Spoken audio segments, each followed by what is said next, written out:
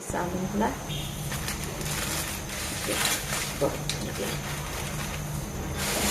কিছুটা লবণ দিয়ে দেবো, কিছুটা সয়াবিন দিয়ে দেবো, পরিমাণ মতো তেল দিয়ে দেবো,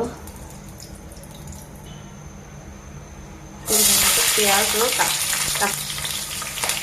কিছুটা নরম হয়ে এলে কাটা চিকেনগুলো দিয়ে দেবো। মরিচ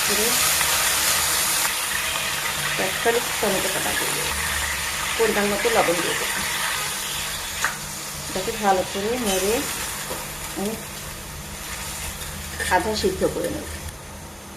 এবার কেটে রাখা পেঁপে, গাজর ও বরবটি একসঙ্গে দিয়ে পরিমাণ মতো আর একটু লবণ দেব, দিয়ে আমি এটাকে আধা সিদ্ধ করে নেব।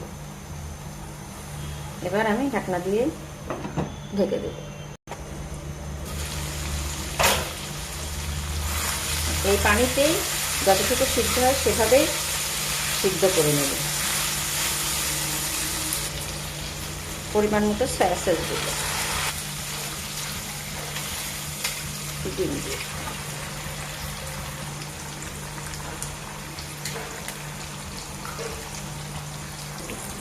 এবার এর সঙ্গে মিশিয়ে দেব।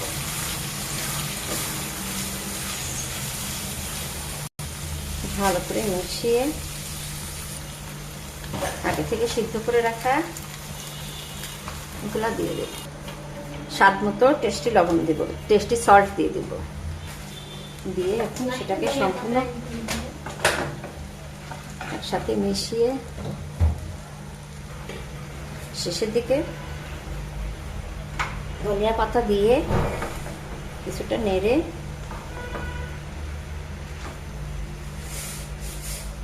আমার রান্না কমপ্লিট।